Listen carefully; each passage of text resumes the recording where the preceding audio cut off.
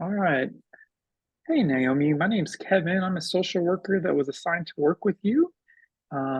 Today, I just wanted to spend some time to get to know you and know about your situation and story. So tell me why you're here today. What's going on in your world?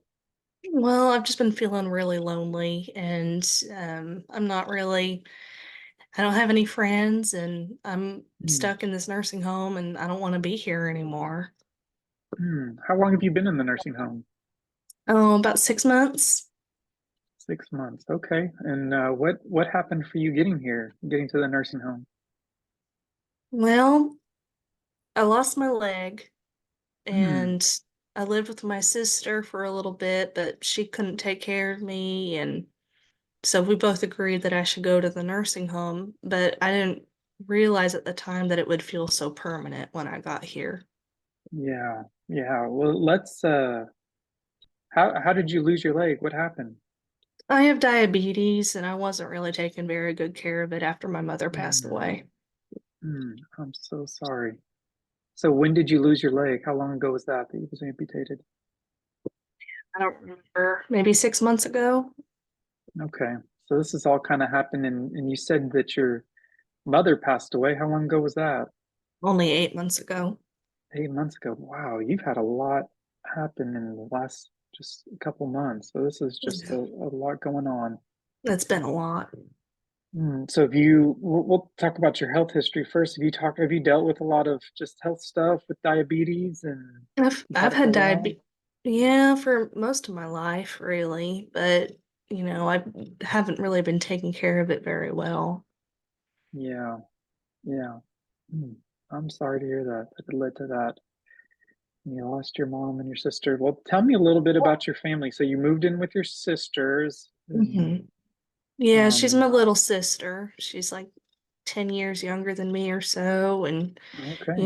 she's a new mom and she just wasn't expecting to have to take care of me as well. And I mean, it just was a lot for her, I think. But she and I haven't really been getting along the last couple of years anyway. Hmm. I'm sorry to hear about that. I'm sorry to hear about that. So, um, do you have a just your sister? Do you have any other siblings or? No, I have my older brother, but he doesn't live nearby. He lives out in New York, and I haven't seen him in a couple of years, but we talk all the time. Yeah, yeah. So you have a good relationship with him. He's just kind of not close enough by to be able to help Yeah, out with anything. yeah. Are y'all a little bit closer in age? Because you said you're 10 years older than your sister. Yeah, he's I think almost 3 years older than me, so we're Okay. pretty close in age. Yeah. Okay. Okay. And what about your father? Oh, he passed away a long time ago. So it's Okay. really just the three of us now. Yeah. Okay. Okay. So were you and your mom taking care of each other or living together? Mm-hmm. Yeah. Mm. And how did your mom pass away? What happened with that? Was it something Mm, unexpected or? yeah, she had a heart attack. Oh, okay. It So it was wasn't her kind of, first one. She had one a couple years ago, but no, it wasn't her first one, but it was still sudden. We weren't expecting her to have another one like that. yeah, yeah. So all that has happened and now you're living in a nursing home hmm and dealing with that. Um, Here in a little bit, I want to let you know one of the things that I like to do is to do an genogram. And have you ever heard of a genogram before? I've never heard of that. Okay. A genogram, it's basically just a family tree. So I'm going to use some paper and we're going to just draw some symbols just to look at your family tree and just the reason we do that is just to get an idea of your family history so we can just kind of see it. So we'll do you and your siblings and your parents and maybe your grandparents and just kind of see if there's any patterns and just look at relationships. It just kind of helps me to be able to see what's going on in your family dynamics. That's just something we do. So we'll do Okay. that in just a minute. But I Okay. just want to continue to get to know you a little bit. Um, so you're in a nursing home. Now, do you have a roommate or are you in a room by yourself? roommate, but she and I aren't very close at all. I mean, like we like each other. It's not like we're, angry at each other all the time or anything like that. But um I don't know, she's not very talkative and she's a lot older than I am, so we don't have a lot in common. Do you have any friends or anybody you've kind of built a relationship with at the nursing home? I like the social services director and the staff are okay, but they're always busy, so we don't talk very much. Yeah, yeah. Okay. Do you just curious, do you participate in any activities or anything? I know sometimes they do bingo and just different things like that. Yeah, but I'm 35, I'm not Yeah. going out and playing bingo with all the elderly people there. And, I'm the youngest person there besides me is, 50 years old. And, Hmm. that's not old, but, there's nobody my age there and they're not really doing activities or things that I enjoy. Yeah. Yeah. I understand. What are things that you enjoy? Just curious. I mean, I like reading. I miss having a book club. Okay. Um, You know, um I used to do karaoke and stuff with my friends Oh, that's um fun. on a fun night, but yeah, I mean, I miss book club. I used to have at the church I used to go to, I was really active there. I used to go to, like their Tuesday night and their Wednesday night services and Hmm. I used to teach the seventh grade Sunday school class Oh, and that's great. I don't do that anymore. I'm not around you know, learning high schoolers or anything anymore. And, so it's just hard. Yeah. So what I feel like I'm hearing, tell me if I'm right, that you used to be before loss of your mom, loss of your leg, loss of your independence, you were very active and social and in your Hmm. church. And it seems like you had a good group of friends that you were doing like a book club with and things. Yeah, I Um, was. and a lot of that's changed now. Yeah, it has. Do you have anybody from your former church or any friends that check on you at all? Or, Well, my friend Carrie calls me when she can, but she works full time. She can't come see me very often and um no, I haven't really heard from anybody at my church, but I haven't really tried to keep in contact with them either. And they live, I'm now the nursing home I'm in is like 30, 40, 35 minutes away from where I used to live. So it's not as mm, close as it's not close physically either. So yeah, yeah. Um, I'm just curious, are they aware of your situation? Do they know that you've been put into a nursing home, your church? no, not all of them. I mean, I know Carrie knows obviously, Okay. but Like um you hadn't talked to like a pastor or somebody that works at the church? no. Okay. Okay. Just curious. So, um, in the nursing home, okay. Um, Tell me a little bit about your mom's passing. How have you been handling that? You said that you felt like you kind of stopped taking care of yourself after that, and that was like the loss of your leg that led to the loss of your leg. Did. Yeah, it was really hard because I mean, it's not like she needed a lot of physical help. I mean, she wasn't really sick. Um, we were worried after her first heart attack, but, it was nice because I felt like she needed me and I needed her, and we were really close with each other. And, I just feel like, after I lost her, I was alone in that house and Mm, I felt like I depended on her to remind me of my own medications and checking my blood sugars and I stopped going to my doctor's appointments and I stopped hmm. taking care of the ulcer that was on my foot and I just didn't, I didn't really care very much about it. I Yeah. didn't want to do any of it. And that was just really difficult. And one thing led to another and I ended up in the hospital and I mean now I'm here and I wish I had taken better care of myself after she died, but with her passing now, I miss her now more than ever because I don't have anybody to talk to other than my brother and sometimes Carrie and, with a social services director whenever she's available. But, it's my mom who I really wish I was able to talk to. Yeah.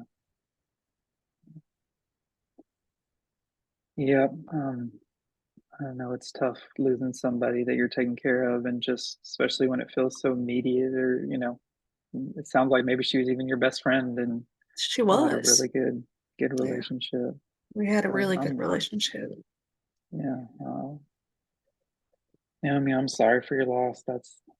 That's tough, and I know it seems to be the beginning of what led to a lot of losses you've experienced, like your leg and your independence, and just seems like you're going through a lot.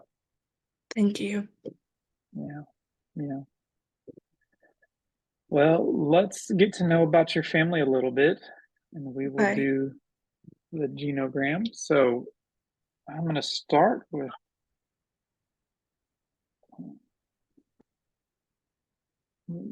pull you up here. So you said it was you, I'm the middle daughter. middle daughter, and I'm just going to write some initials. And then your little sister, what's her initials? AS. Yes, okay. And then your older brother, and then what's his SS. name? SS. All right. Okay, and you say you have a really good relationship. I'm going to show you this first. So this, when we do this, let's make sure you can see it. There we go. Okay. The circles represents the females, and the squares the males. And then I'm going to draw lines that'll represent a good relationship or a tenuous relationship. So, how would you said your brother's relationship was very strong? Y'all have a really Mm, good relationship. we do. Um, and then what about you? So I know that your sister wasn't able to take care of you.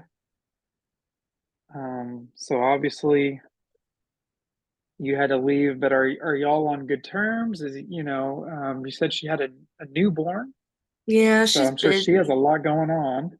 She's busy, so she doesn't get to come see me very often. And I mean, I haven't really been reaching out to her either. But I mean, we talk to each other every couple weeks or so. I'll call her, or she'll call me, but I don't know. The conversations aren't very long, and I'm kind of mad at her. Mm, And I feel like I shouldn't be. I mean, it's not her fault I'm here, but yeah, she couldn't take care of me and couldn't keep me out of here, and she really hasn't checked up on me, so I'm kind of hurt about that. But yeah, I know she's busy at the same time, so I don't know.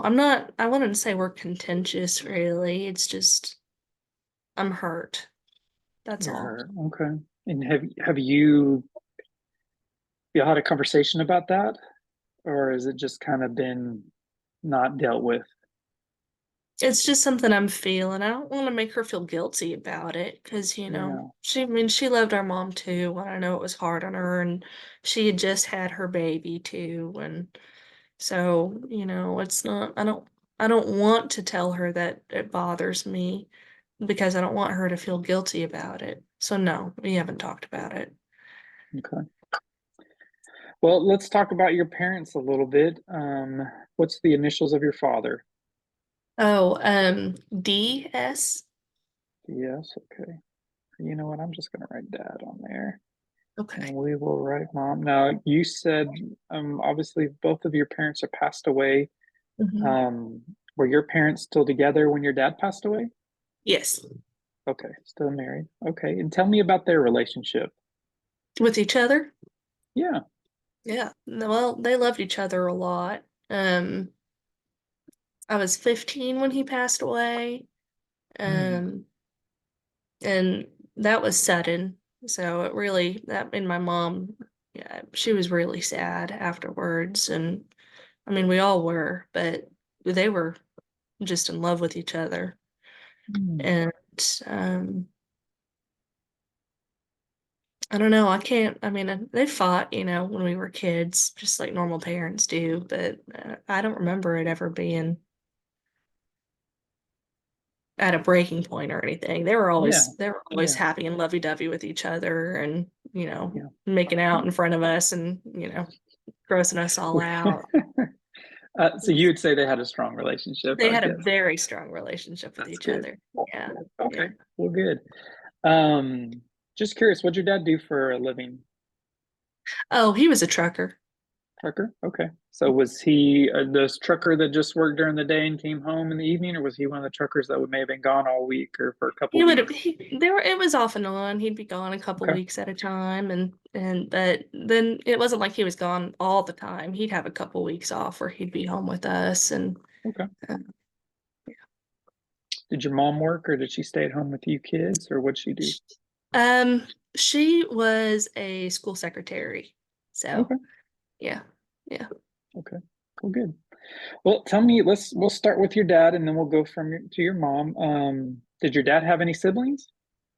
Yeah, he had three. Three siblings. Okay. Just tell me what your aunts and uncles, what were their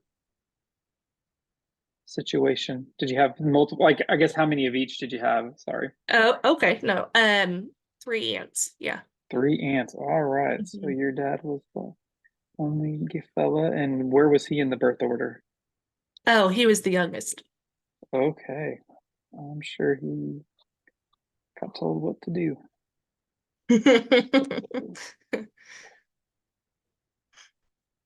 Three older sisters. All right. And his relationship with them, anything, have a good Not that I relationship? Not that I remember it being bad at Okay. all.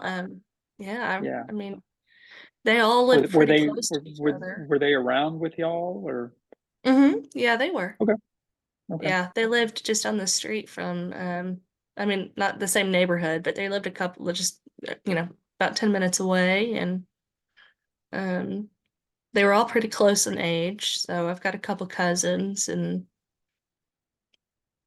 so, yeah, they were around when we were all okay, growing up. good, good.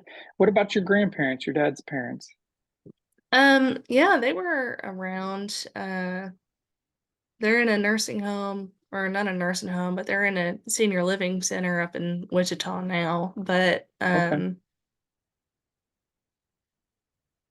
yeah. so still alive and Yeah, they're both still alive okay, on that side. okay. Did they have what was your relationship with your dad to them? Um, it was good, like they were always around. We'd go over there for Christmas um and I know Dad was really close with them. Okay, good. So good relationship. So I'll show you what we got so far. This is your dad's side of the family. So there's your dad with his three aunts, and then your grandparents, and everybody seemed to have a strong relationship. Um, Yeah.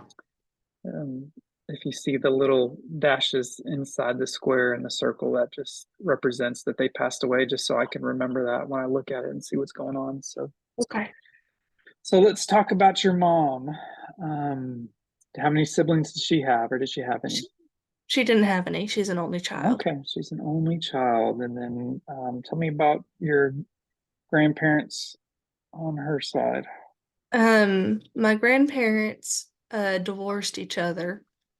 Um, and my grandpa passed away when I was really young.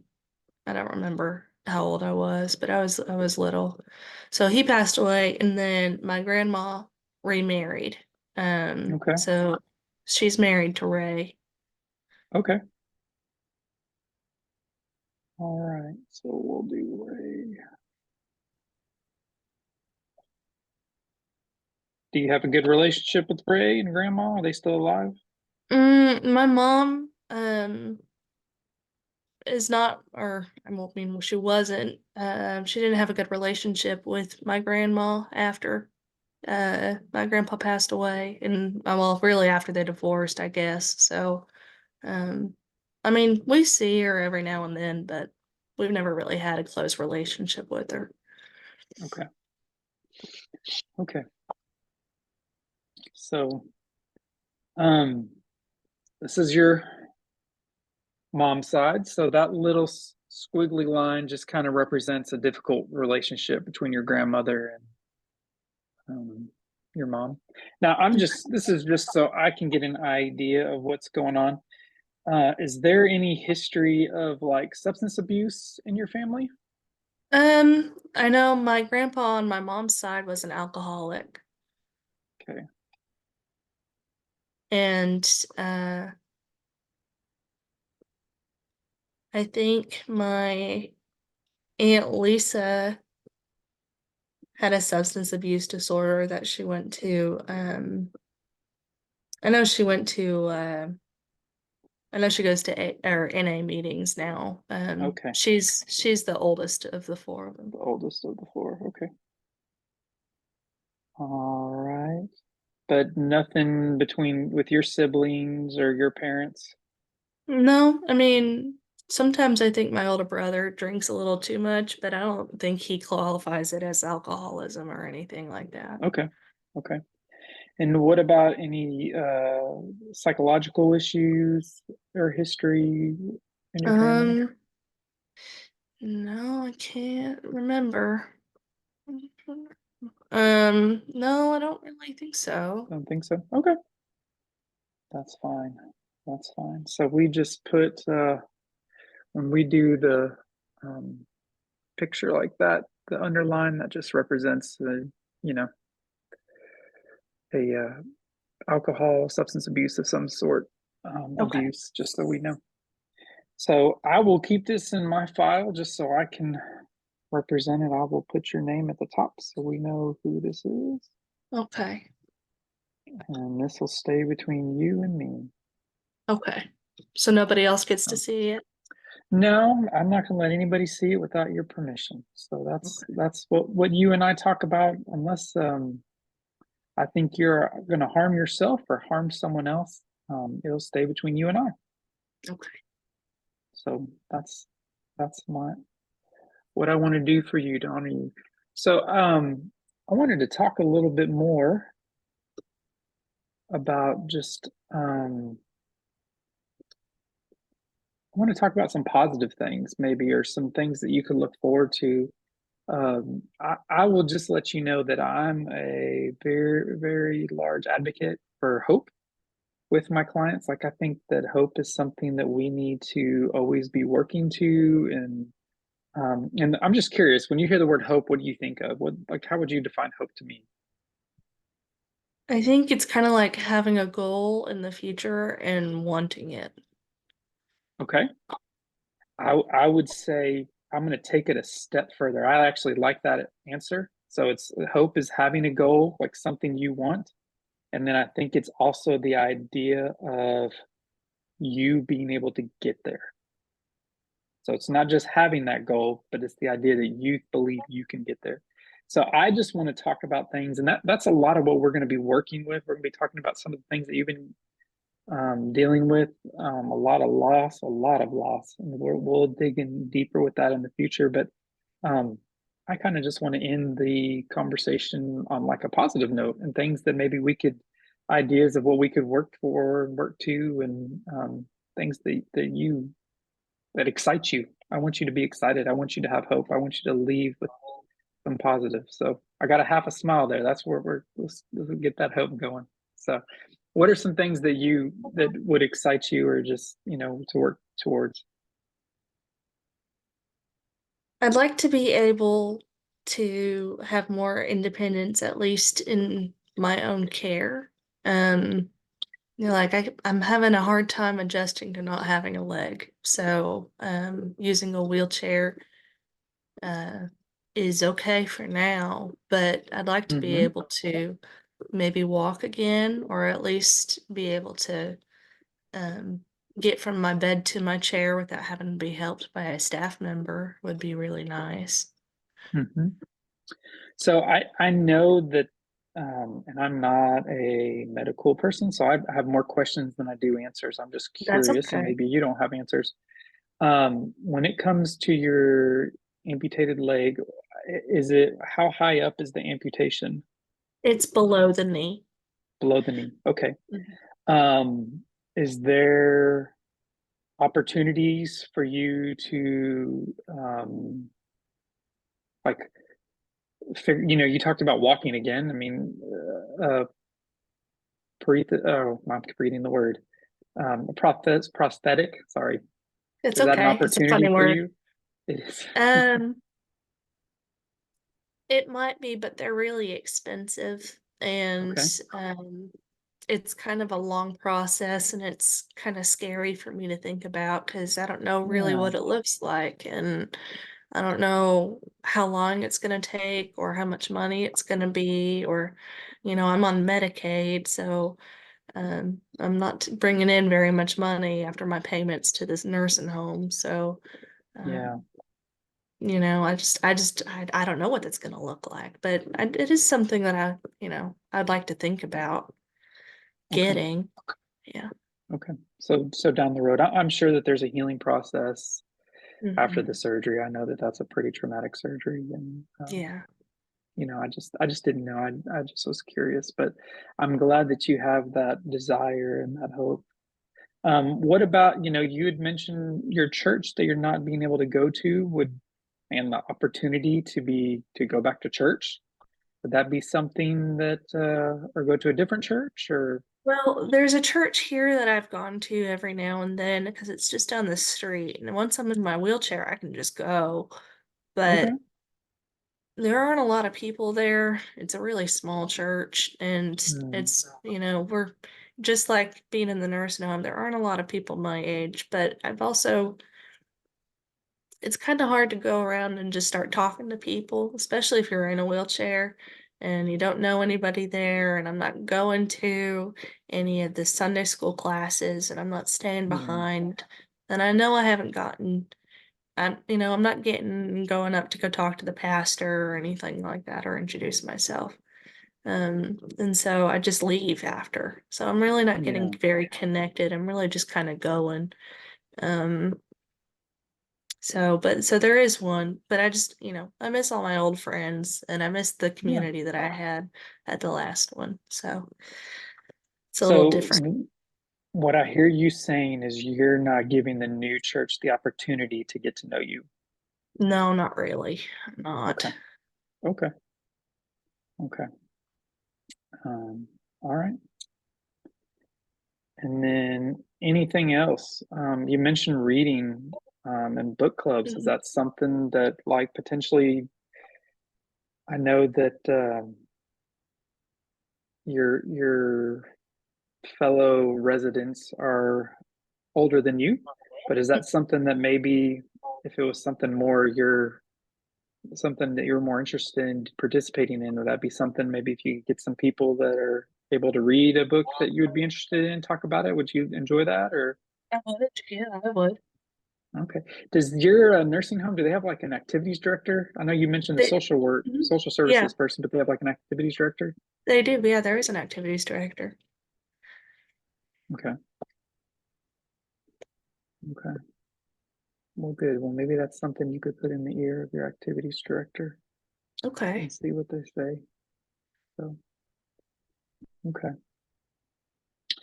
Um, so let's go back to what's our ultimate goal here? What do you want to get out of our relationship? Because I feel like there's a lot of things we could focus on, but I want you to help me prioritize what we can work through and talk about, and maybe give us some direction of where we need to go next. I really feel like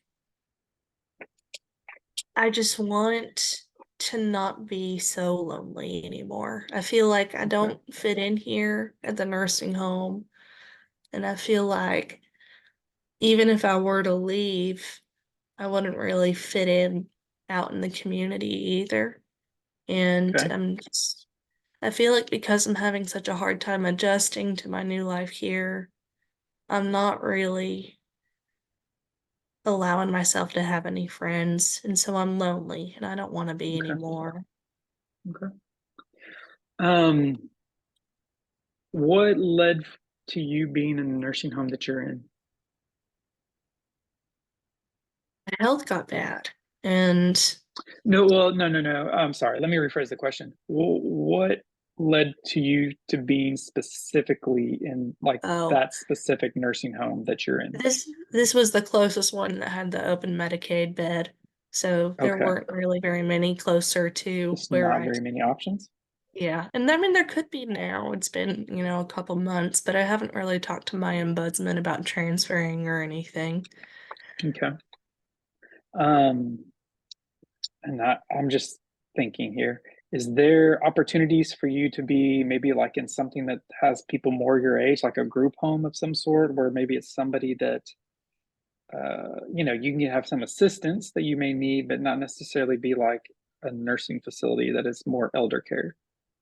I haven't really talked to anybody about that, so I don't really Okay. know. Okay. Do you have a good relationship with your person that you talk with through your advocate that you talk with? Yeah, well, I mean, I haven't really spoken very much about it. I talked to her about my health care once because we were waiting for my care plan to be done. But I mean, she really just asked me if I feel safe there. I haven't asked her about transferring or anything. Okay. Okay. So I could talk to her Um, about it. yeah, you think that would be something you could do? Yeah. I'm just trying, I mean, I'm just thinking about the way I look at it, it's never going to hurt to ask, especially if you ask in a polite way. And Yeah. so, okay. So the first goal we want to work with is our loneliness and deal with that. I'm going to write down, homework can be such a negative word, but I'm just going to say tasks that I have for you to do before next time we get together. Okay. So task number one will be talk to your advocate, your Medicaid advocate, and see what they can, what options you have. Okay. Okay. And then I'm going to have one more for you. And I don't want to have you do too much. So I'm going to have one more task that I want you to do besides talk to your Medicaid advocate. I want you to contact your church and talk to one of the pastors at your old church and just let them know about your situation. Because often churches are just not aware of what's going on in people's lives if someone doesn't share them. So they may have no idea that you lost your mother, that you lost a leg. All these things have happened to you in the last 9 months. They may be totally unaware. And from what you described to me, it was a really good church who was involved in their members' lives and wanted to do things. And um, they may want to be more proactive in connecting with you where you're at. Um, you know, you said that they were 30 minutes away, and that seems like a big distance to you, but that may not be a big distance to them. And they may be willing to do whatever they can to connect with you. So, can you just reach out this week before we meet again and just tell pastor, somebody on staff, what's going on? Yeah, I will. Okay, well, good. So that your first thing is loneliness. We have a loneliness number one. So if you could list number two, what would number two be your goal to kind of deal with?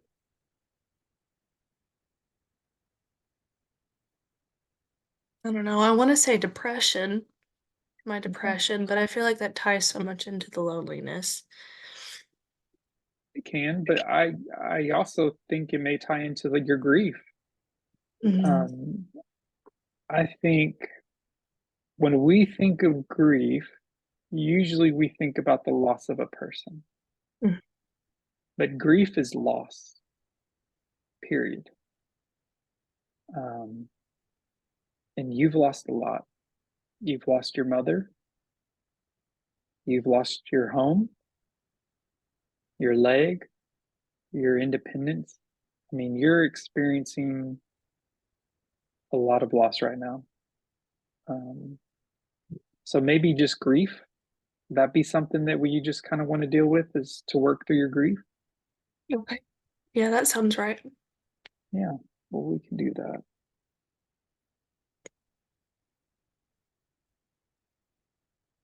So our top goal is loneliness and grief, and then we'll do one more. Would it be okay? I'm gonna give you a suggestion, and if you don't think this is a good idea, that's okay.